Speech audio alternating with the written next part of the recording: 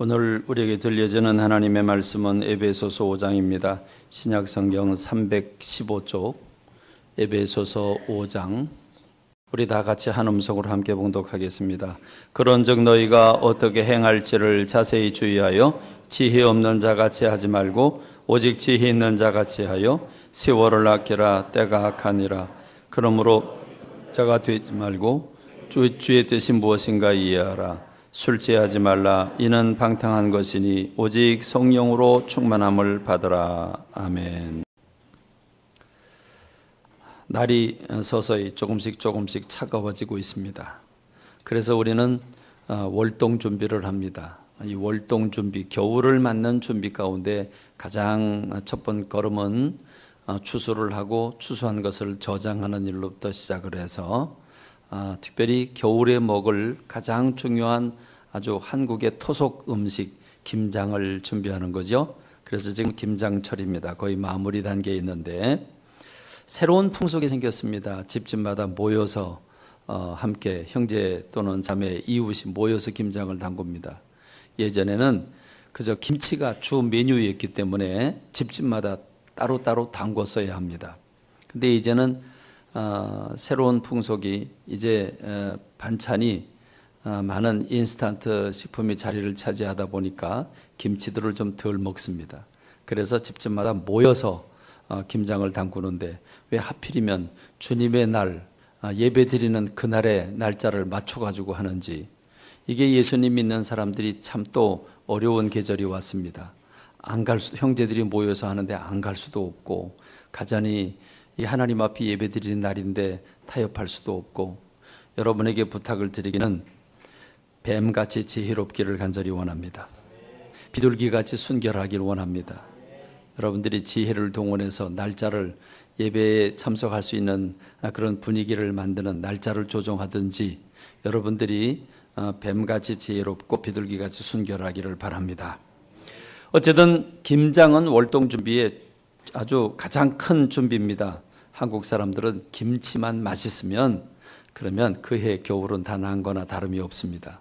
그저 지루하면 볶아 먹기도 하고 김치국 끓여 먹기도 하고 뭐 김치전 부쳐 먹기도 하고 밑에 김치 깔아놓고 고등 올려놓고 조리기도 하고 뭐 여러 가지 방법으로 우리는 김치 한 가지만 가지고도 겨울을 끝낼 수가 있습니다. 월동 준비를 하려면 이제 히타도 또는 보일러도 또는 집수리도 아마 여러 가지로 우리가 겨울 준비를 해야 될 겁니다. 아마 지금쯤 시골에서는 농사일 맞춰놓고 산에 가서 나무를 베어서 요즘 같이 기름값 비싼 때에는 이 나무 보일러를 돌리는 집들이 많습니다. 그래서 나무를 구하는 집들이 있을 겁니다. 이 겨울을 준비한다고 하는 것, 농사를 지을 수도 없고 대지는 얼어붙고 날씨는 춥고, 그래서 동장군이 호령을 하면 아무것도 할 수 있는 게 없기 때문에 우린 겨울을 준비해야만 됩니다. 주님이 이 땅에 재림하시면 그때는 은혜가 없어집니다. 기도를 해도 감동이 되지 않습니다. 성령님의 역사하심이 사라집니다. 그 주님의 심판이 다가옵니다. 주님의 재림과 더불어 심판이 시작될 터인데 우리는 이 심판을 준비해야 되는 줄로 믿습니다. 이 주님의 재림을 준비해야 되는 줄로 믿습니다. 아멘. 얼굴 펴십시오. 여러분 얼굴 펴고 아멘으로 화답하는 여러분 되시기 바랍니다. 한 해가 저물어 갑니다. 추수감사절이 끝나고 나면 교회적으로도 각 부서가 선교회 총회를 해야 되지요. 당회를 하고 한 해를 마감하고 새로운 일꾼들을 선출을 하지요. 또 구역회를 하고 새 예산을 편성하고 성탄절이 오고 또 목장 편성도 해야 되고 송구영신 예배를 드리면 새해가 시작이 됩니다. 가장 바쁜 한 달을 남겨놓고 있습니다. 자, 이제 한 해가 저물어가는 이 마당에 추수감사절도 지냈고 여러분에게 묻고 싶은 질문이 있습니다. 2014년 어떻게 지내셨습니까? 여러분 2014년 돌이켜보니까 많은 보람과 긍지가 생깁니까? 2014년, 자, 너무 주인처럼 그러지 마시고 고개 들으시고 고개 들고 핸드폰 맡겨놓고 왔죠? 아예 없어요? 근데 왜 밑을 쳐다봐요? 예. 여러분 2014년은 얼마나 열매를 많이 맺으셨습니까? 어떤 영적 성숙을 이루셨습니까? 2014년을 여러분 한번 생각해 보시기 바랍니다. 사람은 나의 존재감을 언제 느낍니까? 내가 뭔가 이루었을 때, 사명을 감당했을 때, 섬기고 봉사했을 때, 또는 책임 있는 삶을 살았을 때, 그때 우리는 나의 존재감을 느끼게 마련입니다. 우리 학생들이 자기 존재감을 잘 못 갖는 이유가 지금 부모님 모든 걸 다 공급해 주시는 시기고 나는 그냥 공부만 하면 된다고 하는 이런 시기를 살고 있기 때문에 그렇습니다. 그런데 우리 학생들이 이제 드디어 자라나서 대학도 가고 군대를 가게 되면 그때부터 자기 홀로 모든 걸 다 해결해야 합니다. 이제 장가갈 꿈도 꿔야 되고 또 사회적으로도 직장을 얻어야 되고 여러 가지 이런 많은 부담들이 오게 되는데 비로소 자기의 존재감이 만들어집니다. 그래서 내 사명은 무엇일까? 나는 무엇을 해야 보람되고 긍정적인 삶을 살 수 있을까 고민하게 됩니다. 여러분, 보람을 가진다고 하는 것, 열매들을 보면서 감사하고 뿌듯한 마음을 가지는 것 대단히 중요하죠. 내가 지난 날을 돌이켜보면 쑥 성장해 있고 성숙해 있는 내 모습을 바라보면서 하나님 감사합니다, 이럴 수 있는 것, 여러분 이게 우리의 감사거리 아니겠습니까? 그렇습니다. 그런데 오늘 우리가 지난 날을 돌이켜보면 작년과 올해 달라진 게 별로 없다, 이런 느낌을 갖습니다. 오늘 우리의 문제가 무엇일까? 히브리서 12장 4절에 보면 너희가 죄와 싸우되 아직 피 흘리기까지는 대항치 않는구나, 이런 말씀이 있습니다. 너희가 죄와 더불어 싸우긴 싸우는데 아직 피 흘리기까지는 대항하지를 않는구나. 여러분, 이것을 현대인의 성경으로 번역한 성경을 보면 지금까지 여러분은 피를 흘리면서까지 죄를 대항하여 싸운 일은 없습니다. 쉬운 성경을 보면 여러분은 죄에 맞서 싸우고 있지만 아직 죽을 정도까지 싸워보지는 않았습니다. 여러분 안에 있는 죄와 죄성과 더불어서 얼마나 치열하게 싸우셨습니까? 여러분 싸워서 얼마나 정복하셨습니까? 오늘 저와 여러분의 딜레마는 싸워야 된다는 걸 알면서도, 해야 된다는 걸 알면서도 우리는 그걸 피 흘리기까지 못했다, 죽기까지 싸우지 못했다, 이것이 오늘 저와 여러분의 문제가 아닐까. 작년에도 어김없이 우리는 송구 영신 예배를 드렸습니다. 한 해를 보내고 새해를 맞이하는 예배 그 가운데서 묵은 죄와 습관을 하나님 앞에 내놓고 회개하고 우리는 새해를 가지면서 새 마음 가지기를 간절히 소원했습니다. 이제 한 해가 지나갔는데 이제 마무리를 해야 될 때가 왔는데 여러분 금년에 무엇을 버리셨습니까? 여러분 금년에 무엇을 취하셨습니까? 결론적으로는 우리가 죄와 더불어 싸워야 된다는 건 알고 있으면서도 불구하고 피 흘리기까지는, 죽을 정도까지는 싸우지 않았다 하는 사실을 우리가 시인하지 않을 수가 없습니다. 히브리서 11장에는 신앙 선배들을 소개하고 있습니다. 이 믿음의 장이죠. 에녹, 노아, 아브라함, 이삭, 야곱, 모세를 비롯해서 많은 신앙의 선배들의 이름을 열거하고 있습니다. 그들은 어떤 목표를 가지고 살았습니까? 히브리서 11장 13절로 16절에 보면 이 사람들은 다 믿음을 따라 죽었으며 약속을 받지 못하였고 그것을 멀리서 보고 환영하며 또 땅에서 외국인과 나그네 임을 증언했으니 그들이 이같이 말하는 것은 자기들이 본향 찾는 자임을 나타내미라. 그들이 나온 바 본향을 생각하였더라면 돌아갈 기회가 있었으려니와 그들이 이제는 더 나은 본향을 사모하니 곧 하늘에 있는 것이라. 이러므로 하나님이 그들의 하나님이라 일컬음을 받으심을 부끄러워하지 아니하시고 그들을 위하여 한 성을 예비하셨느니라. 그랬습니다. 이 신앙의 선배님들은 한마디로 말하면 이 땅에서 성공하고 이 땅에서 부귀와 영을 누리는 목적이 아니라 하나님의 나라를 바라다보고 그 하나님의 나라를 향해서 버릴 걸 버리고 취할 걸 취하면서 믿음으로 전진해 나간 사람들임을 밝혀주고 있습니다. 이들은 하나님의 나라와 의를 위해서 그 천국을 바라보고 하나님의 나라를 바라보고 무엇을 버렸습니까? 무슨 믿음의 고백을 하였습니까? 히브리서 11장 33절로 38절의 말씀은 이렇게 그들의 삶을 단적으로 소개하고 있습니다.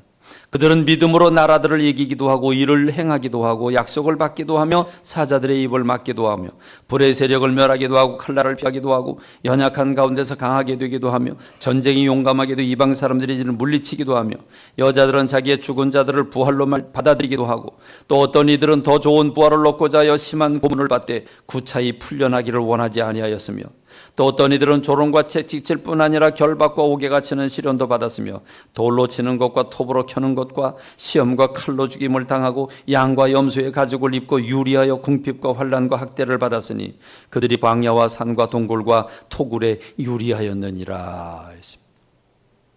이들은 이 땅에서 잘 살고 영원히 사는 게 목적이 아니었기 때문에, 하나님의 나라를 바라보았기 때문에 그들은 과감히 버릴 걸 버리고 취할 걸 취했습니다. 이런 사람은 세상이 감당하지 못한다고 말할 만큼 그들은 정말 강하고 담대하게 믿음의 선조답게 아름다운 모범의 삶을 살았습니다. 여러분들은 오늘 우리가 버려야 할 걸 어떻게 버리고 있으며 우리가 취해야 할 것들을 어떻게 취하고 있습니까? 만일 여러분들의 몸을 톱으로 자르겠다고 덤벼들면, 그런 기회가 온다고 한다면, 그런 위기가 온다고 한다면 여러분은 어떻게 반응하겠습니까? 예수 그리스도를 버리지 않으면 우리를 죽이겠다고 으르렁거리는 그런 위기가 찾아온다면 과연 여러분의 신앙을 어떻게 고백하겠습니까? 히브리서 12장 1절과 2절 말씀은 이렇게 이야기합니다. 이러므로 우리에게 구름같이 둘러싼 허다한 정인들이 있으니 모든 무거운 것과 얽매이기 쉬운 죄를 벗어버리고 인내로서 우리 앞에 당한 경주를 하며 믿음의 주요 또 온전케 하신 예수를 바라보자 했습니다. 성경은 말합니다. 봐라, 너희들에게 저 구름과 같이 둘러싼 허다한 정인들이 있지 않는가? 허다한 정인들, 저 허다한 정인들을 바라봐라.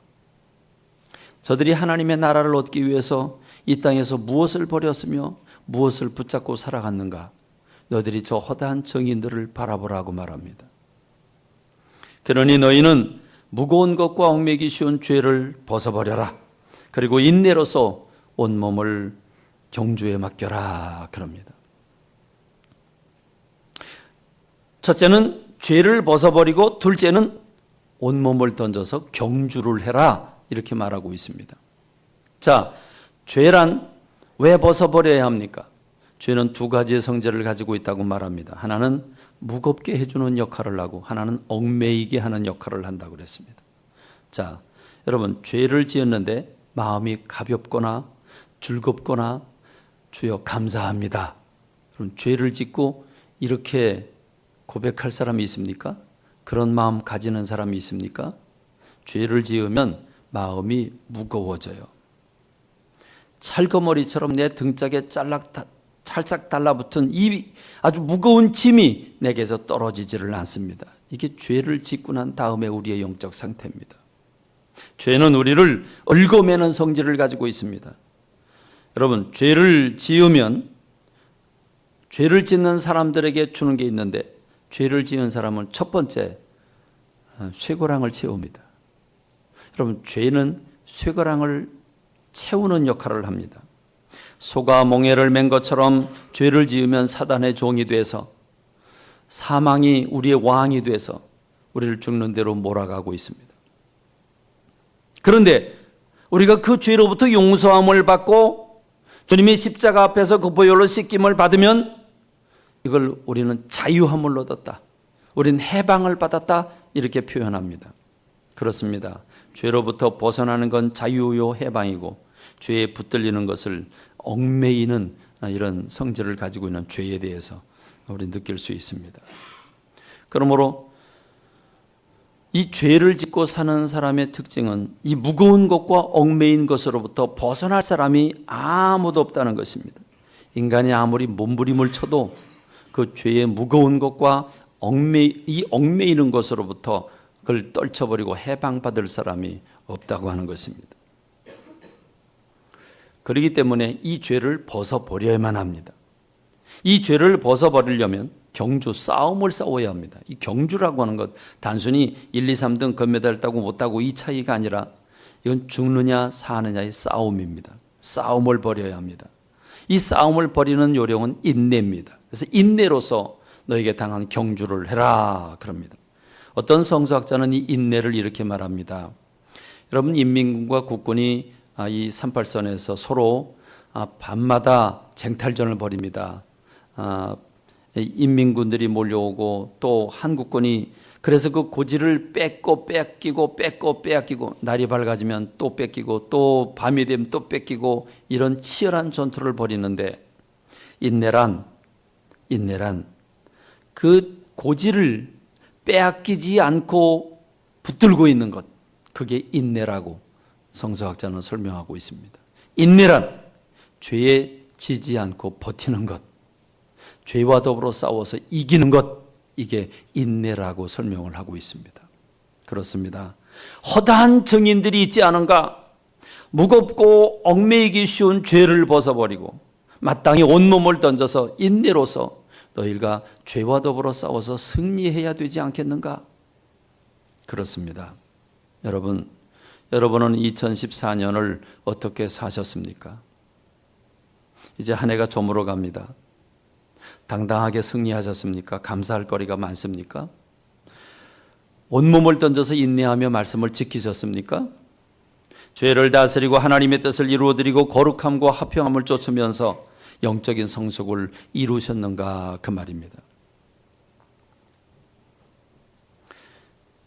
여러분, 이걸 우리가 생각해 보면 이스라엘 백성들을 우리는 아주 참 목이 곧고 패역하고 미련하고 우둔한 백성이라고 우리는 성경 읽으면서 느끼고 있습니다. 아니 어떻게 미련해도 이렇게 미련하지? 아니 어떻게 이렇게 우상 숭배를 할 수 있지? 이렇게 매를 맞음에도 불구하고 저들은 어떻게 주님의 말씀을 선택하지 못하는 거지? 여러분 이런 의문을 가지지 않습니까? 수많은 선지자들이 보내서 그렇게 외쳐대도 어떻게 저들은 끄떡없이 범죄함 속에 우상 숭배 속에 빠질 수가 있지? 이렇게 생각을 합니다.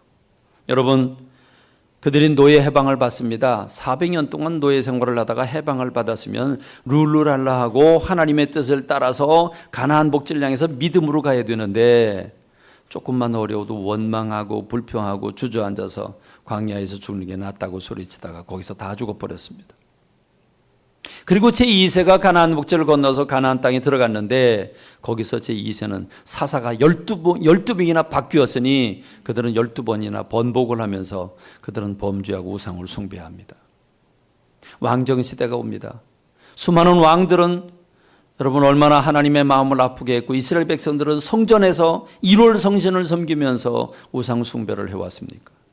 주변 국가 수십 번씩이나 징계를 때리고 그들로 깨닫게 했지만 그들은 막무가내였습니다. 고집불통이었습니다. 그들은 헤어날 줄을 몰랐습니다. 결국 나라가 망해버리고 맙니다. 바벨론 포로로 70년 끌려가 거기서 깨닫고 돌아옵니다. 여러분, 그 이스라엘 백성들이나 오늘 저와 여러분들이나 뭐가 다르냐 그 말입니다. 가만히 생각하면 우리가 이스라엘 백성들이 아닌가 싶습니다. 여러분 오늘 저와 여러분들이 조상님에게 물려받은 부모님에게 물려받은 죄성이 여러 가지라고 할지라도 1년에 단 한 가지씩만 1년에 딱 한 가지씩만 정복을 해도 여러분 10가지만 아니 두세 가지만 버려도 여러분의 삶이 완전히 달라지지 않겠습니까? 한두 가지만 버려도 우리 이미지가 확 달라질 겁니다. 누구? 그러면 딱 떠오르는 이미지가 있는데 한두 가지만 버려도 이미지가 달라집니다. 여러분 학생들 적게 살았다고요? 우리 학생들 벌써 몇 년 살았어요? 중학교 1학년이면 13살, 14살 그렇죠? 고3이면 19살, 20살이에요. 그럼 여러분 중고등부도 할 말이 없어요. 중고등부도 게임이든지 그게 스마트폰이든지 뭐든지 여러분 1년에 한 가지씩만 우리가 정복을 해도 그럼 오늘 우리가 얼마나 달라지겠습니까? 그럼에도 불구하고 우리는 우리의 잘못된 습관과 죄성을 정복하지 못했습니다. 기도해야 됨을 알매도 불구하고 기도를 못합니다. 전도해야 된다는 절박감을 알면서도 우리는 가장 가까운 사람들마저 전도하지 못합니다. 이게 우리의 실력입니다. 여러분, 오늘 우리들이나 이스라엘 백성들이나 뭐가 다릅니까? 우리가 목이 곧고 패역하고 우둔하고 미련한 백성들이라고 말하고, 우리가 성경 읽으면서 막 화가 날 정도로 이스라엘 백성들이 그렇게 불순종하고 있는데, 오늘 저나 여러분이나 이스라엘 백성들이 어떤 차이점이 있는가 그 말입니다. 작년과 오늘 우리가 달라지지 않았다면, 우리가 그 죄로부터 벗어나지 못했다면, 승리하지 못했다면, 잘못된 습관과 풍속을 끊지 못했다면, 여러분, 오늘 우리가 이스라엘 백성 아니겠습니까? 절망스럽습니다. 좌절하지 않을 수 없습니다. 우리도 결심을 수십 번 했습니다. 결심을 하지만, 그리고 결심한 뒤에 분위기만 찾아오면 또 금방 넘어지는 게 오늘 우리들의 연약한 육신을 가진 우리 죄인들의 모습 아닙니까? 우리는 너무 나약하고 너무 부끄럽습니다. 결심은 수백 번, 수천 번 하는데 결심대로 살지를 못합니다. 결정적인 순간이 오면 우리는 꼬리를 내리고 금방 죄와 더불어 타협합니다. 그래서 좌절하고 괴로워하고 아파합니다. 여러분, 하독규라고 하는 복음 가수는 이렇게 슬픈 노래를 부릅니다. 내 속엔 내가 너무도 많아 당신의 쉴 곳 없네. 내 속엔 헛된 바램들로 당신의 편할 곳 없네.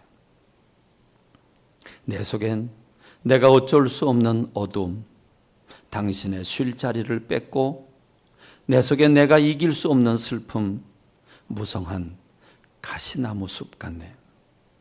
바람만 불면 그 메마른 가지 서로 부대끼며 울어대고, 쉴 곳을 찾아 지쳐 날아온 어린 새들도 가시에 찔려 날아가고, 바람만 불면 외롭고 또 괴로워 슬픈 노래를 부르던 날이 많았는데, 내 속엔 내가 너무도 많아서 당신의 쉴 곳 없네. 여러분, 이 기사를, 이 노래 가사를 읽다가 보면 영혼에 아주 진한 아픔이 담겨 있는 신앙 고백임을 우리는 느낄 수 있습니다. 실제로 이 가시나무라고 하는 찬양은 하독규가 복음 가수 시절에 인기로 인한 공허함으로 우울증에 시달려서 술과 대마초로 세월을 보내다가 그런 삶을 사는 자기가 싫어서 삶을 포기하려고, 그래서 자살을 결심하고 멀리 가서 죽으려고 그는 고속버스를 무작정 잡아 타고, 그리고 버스에 올라탔습니다. 그리고 첫 번째 휴게소에서 시간을 줘서 내렸는데, 그는 휴게소의 그 의자에 앉아서 멍하니 그냥 앞을 바라보고 있는데, 그 앞에 한 장면이 펼쳐집니다. 일군의 참새 떼가 와가지고 그 울타리에 앉으려고 그러는데, 서로 퍼드덕거리면서 앉으려고 그러다가 앉지도 못하고, 그러다가는 맴맴 돌다가 그냥 가버립니다. 그래서 그 하독규는 그냥 일어나서 저거 왜 그러지? 그리고 가까이 다가가 보니까 그건 다름없는 가시나무 숲이었습니다. 그 가시나무 숲에 앉을래도 앉을 수가 없고, 새들이 어떻게 편안함을 얻지 못하고 결국은 맴맴 돌다가 가버리고 만 겁니다. 바로 그 장면을 보면서 망치로 한 방 두드려 맞는 것 같았습니다. 아, 내가 바로 저 가시나무 숲 같구나. 내 마음에 내가 너무 많다는 겁니다. 그래서 주님이 내 안에 머물러 계실 수가 없는 겁니다. 이 가시나무 숲 같은 나로 인해서 내 주변 사람들이 얼마나 많은 상처를 입고 떠나갔는가 그 말입니다. 그래서 그는 그걸 깨닫고 돌아와서 30분 만에 작사 작곡을 한 것이 바로 이 찬양곡이라고 그럽니다. 그렇지 않습니까? 여러분, 이게 하독규의 고백인데 여러분은 어떤 고백을 합니까? 우리는 매년 송구영신 예배를 드리고 한 해를 살아보자고 애를 쓰지만 벌써 2월달, 3월달만 되면 도루묵이 돼버리고, 그리고 똑같은 삶을 살고 다시 하나님 앞에 똑같은 죄를 고백해야 할 부끄러움을 가지고 있는 게 오늘 우리들의 모습이 아닙니까? 우리 안에는 하나님께 영광을 돌리고 싶은 내가 있는가 하는 반면에 내가 영광 받기를 원하는 내가 있습니다. 거룩하고 신실하고 기쁨과 감사 속에 살기를 원하는 내가 있는가 하는 반면에 이 안에는 세상 것 더러운 것들을 추구하고 불성실하고 나약하고 게으른 내가 자리를 차지하고 있습니다. 하나님 앞에서는 자기를 부인하는 내가 있는 반면에 내 안에는 또 다른 사람들에게 인정받기를 원하는 내가 있습니다. 내 안에는 모든 것을 다 버리고 주님 뜻대로 살기를 원하는 내가 있는데 그러나 또 안락과 쾌락을 부르치지 못하는 내가 내 안에 숨겨져 있습니다. 모든 걸 다 가지고 싶은 나, 그러나 또 반대로 하나님께 영광 돌려드리고 싶은 나, 이 두 마음이 싸우다가 주님 뜻대로 살지 못하고 우리는 죄를 선택합니다. 그러면 또 그게 괴로워서 자신을 탓하게 되고 원망하고 좌절하고 낙심합니다. 하나님 앞에 가서 기도할 기력도 찾지 못합니다. 내가 이런 죄를 범하고 하나님이 내 기도를 들으시겠는가? 내가 이런 죄에 대한 고백을 한두 번 했는가?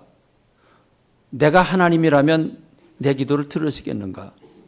그러면서 우리는 내 자신도 밉고 그냥 이대로 어디론가 날아가 버리고 싶은 그런 유혹과 충동을 받습니다.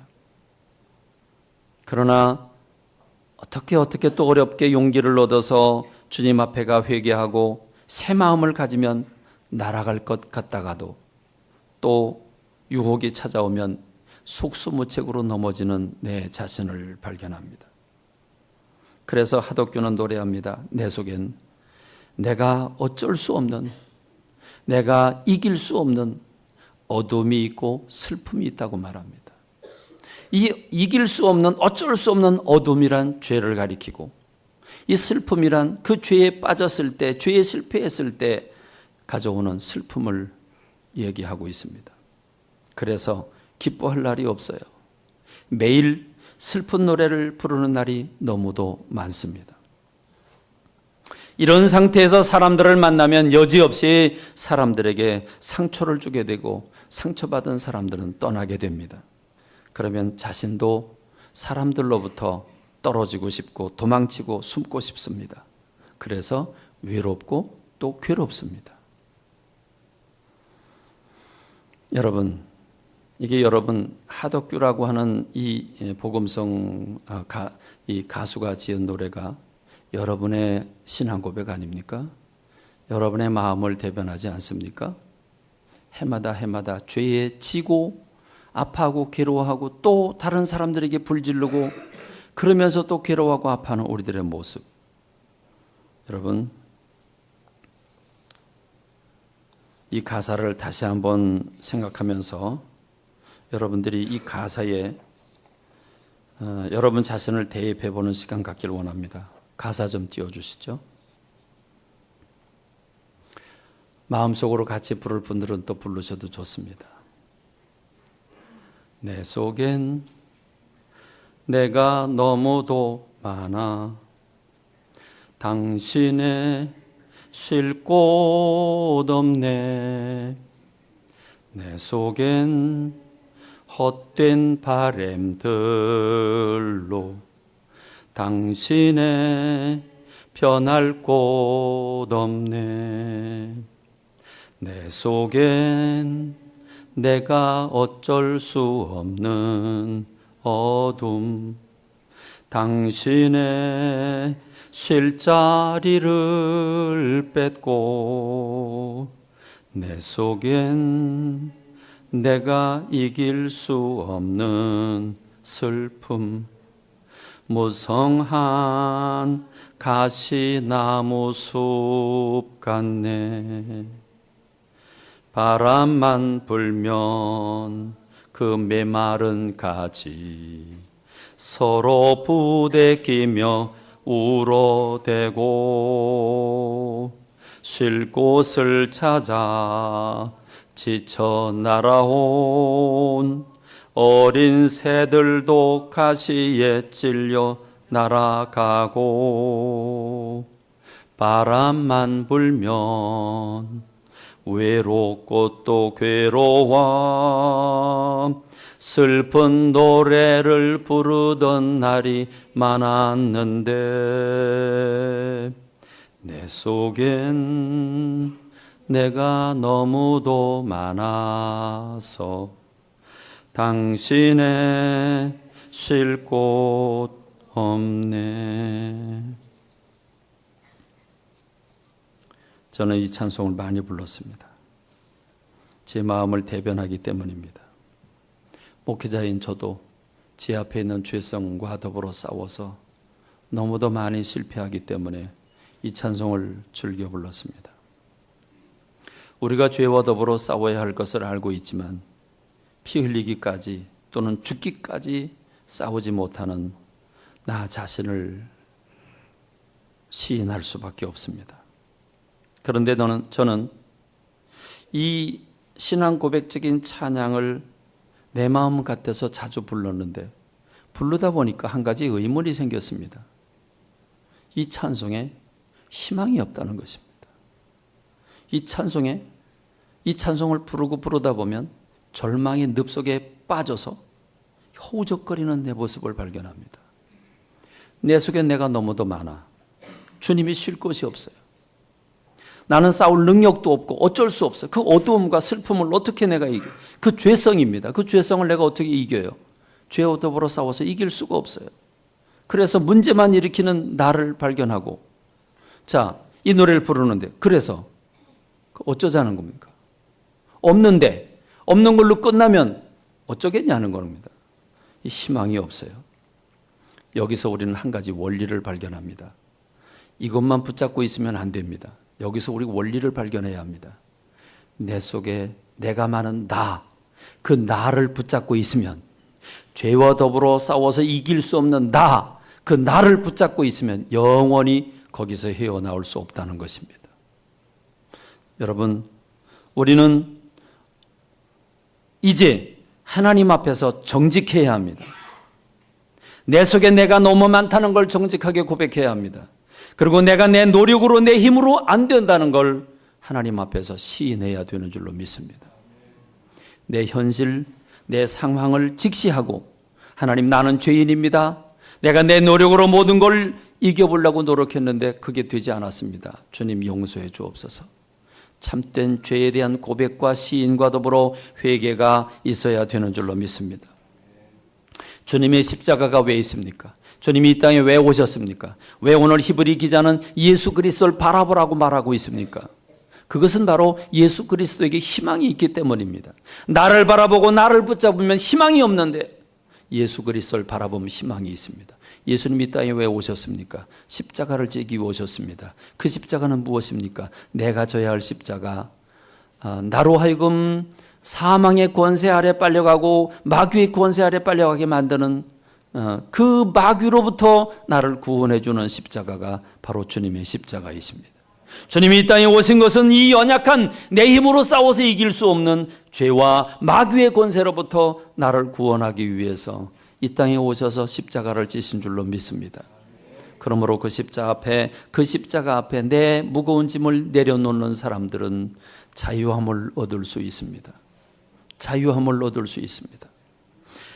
수고하고 무거운 짐진 자들아 다 내게로 오라. 내가 너희를 쉬게 하리라. 나는 마음이 온유하고 겸손하니 나의 몽에를 메고 내게 배우라. 그리하면 너희 마음이 쉼을 얻으리니 이는 내 몽에는 쉽고 내 짐은 가벼움이라.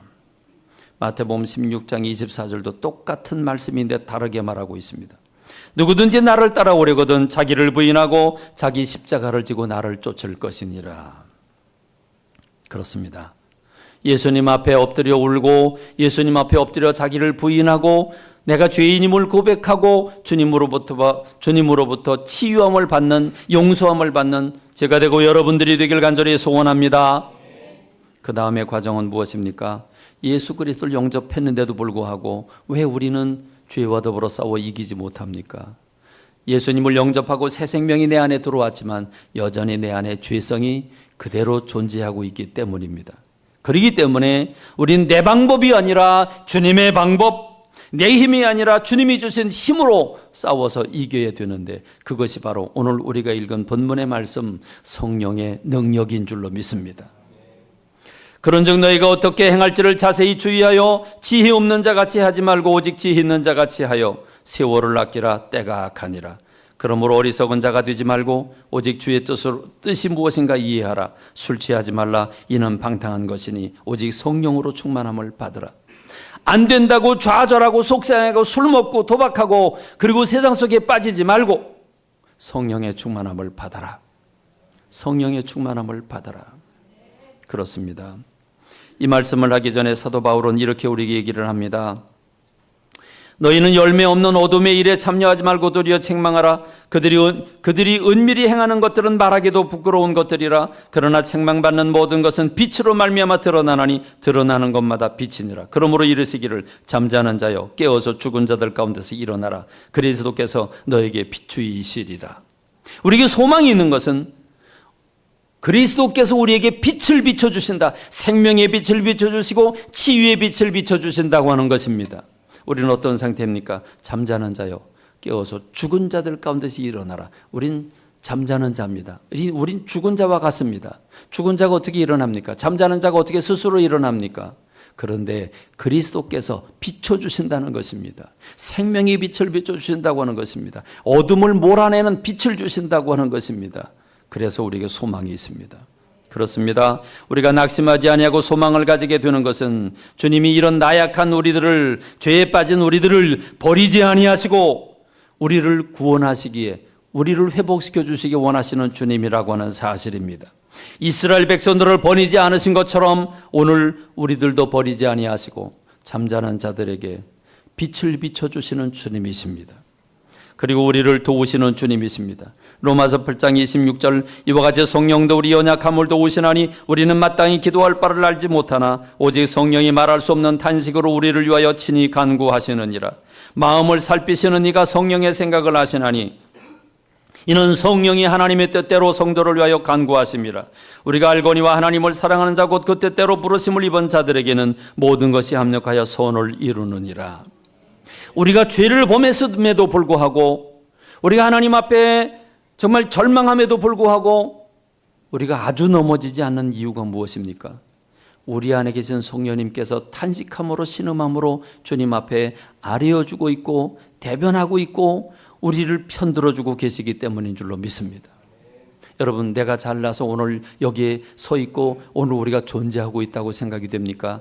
내 안에 계신 성령님께서 정말 괴롭고 아프심에도 불구하고 신음함으로 주님 앞에 아뢰어주시는 중보하심이 있기 때문에 오늘 우리가 건재하는 줄로 믿습니다. 그러므로 성령님께 내 삶을 맡겨드리면, 성령의 충만함이 내게 있게 되면 나는 승리하게 됩니다. 죄와 더불어 싸워 승리하게 되는 줄로 믿습니다. 여러분, 이제는 기도하십시다. 언제까지 기도 안 할 겁니까? 언제까지 깊은 잠에 빠져 있을 겁니까? 주님이 깨워주시려고 빛을 비춰주시면 일어나야죠. 여러분, 이제는 기도해야 됩니다. 새벽도 깨워야 되고 낮이든 저녁이든 밤이든 여러분, 기도 외에는 이런 유가 나갈 수 없느니라. 여러분, 기도하십시다. 몸부림치며 기도하십시다. 성령의 능력을 받아서 우리는 죄와 더불어 싸워 승리하는 주님의 사람들 되시길 주님의 이름으로 축원합니다. 기도하겠습니다. 영광과 찬